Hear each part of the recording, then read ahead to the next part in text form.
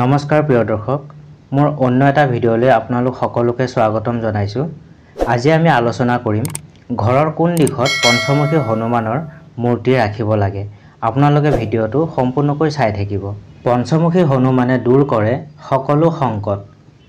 হিন্দু শাস্ত্ৰত পঞ্চমুখী হনুমান 5 শক্তিশালী অৱতাৰৰ প্ৰাণকেন্দ্ৰ বুলি উল্লেখ আছে।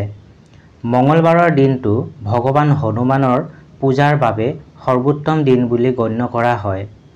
ধৰ্মীয় বিশ্বাস অনুসৰি যেতিয়াই জীৱনত কোনো ডাঙৰ সমস্যা বা কোনো গ্ৰহণৰ দুখ সৃষ্টি হয় তেতিয়াই একাগ্ৰ মনেৰে হনুমানক স্মৰণ কৰিলে সকলো বাধা দূৰ হয়।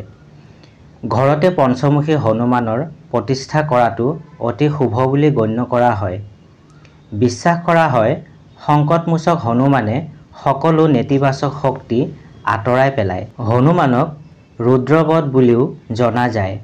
পিছে ঘৰৰ কোনটো দিশত পঞ্চমুখী হনুমানক ৰাখিব, কোন দিশত স্থাপন কৰিলে ঘৰটো ইতিবাচক প্ৰভাৱ পৰিব পাৰে। বাস্তুশাস্ত্ৰৰ মতে ঘৰত পঞ্চমুখী হনুমানৰ মূৰ্তি স্থাপন কৰিলে ইতিবাচক শক্তি আহিব আৰু সংকট দূৰ হয় বুলি বিশ্বাস কৰা হয়। পঞ্চমুখী হনুমানৰ 5 মুখে প্ৰতিনিধিত্ব কৰে বেলেগ বেলেগ বৈশিষ্ট্যৰ প্ৰতীক। ঘৰৰ উত্তৰ-পূব কোণত পঞ্চমুখী মূৰ্তি ৰাখিলে ইতিবাচক প্ৰভাৱ আহে, কিয়নো ই নেতিবাচক শক্তিৰ পৰা ৰক্ষা কৰে।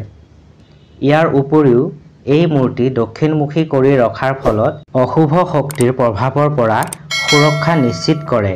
সামগ্ৰিকভাৱেও ই পৰিয়ালত সম্প্ৰীতি, শক্তি আৰু আধ্যাত্মিক সুস্থতা বৃদ্ধি কৰে বুলি বিশ্বাস কৰা হয়। পঞ্চমুখী হনুমান মূৰ্তিটো ঘৰৰ ভিতৰত থাকিলে ইতিবাচক শক্তিৰ বিকাশ আৰম্ভ হয়।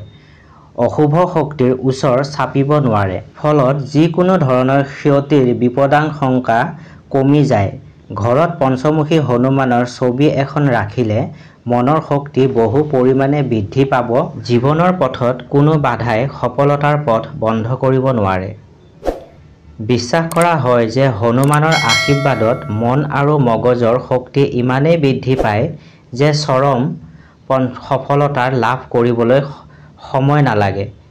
তাৰ লগতে অৰ্থনৈতিক সমৃদ্ধিও দৈনন্দিন সংগী হৈ পৰে। প্ৰসংগক্ৰমে শাস্ত্ৰৰ মতে পঞ্চমুখী হনুমানৰ প্ৰতিমূৰ্তি ঘৰৰ মূল দুৱাৰত ৰাখিলে যিকোনো ধৰণৰ অৰ্থনৈতিক ক্ষতিৰ আশংকাও কমি যায়। অৰ্থাৎ পঞ্চমুখী হনুমানৰ প্ৰতিমূৰ্তি ৰাখিব লাগে প্ৰৱেশ দুৱাৰত। ঘৰৰ মূল দুৱাৰত পঞ্চমুখী হনুমানৰ প্ৰতিমূৰ্তি ৰাখিব লাগে। আমাৰ ভিডিঅ' চাই কেনে পালে কমেণ্ট কৰি জনাবলৈ নাপাহৰিব আৰু নতুন বন্ধু-বান্ধৱীসকলে আমাৰ চেনেলটো ছাবস্ক্ৰাইব কৰি দিব, লগতে ভিডিঅ'টো শ্বেয়াৰ কৰি দিব আৰু আমাৰ পৃথিৱীৰ ভাৰসাম্য বজাই ৰাখিবলৈ আপোনালোকে পাৰিলে একোজোপাকৈ গছ পুলি ৰোপণ কৰিব। ধন্যবাদ।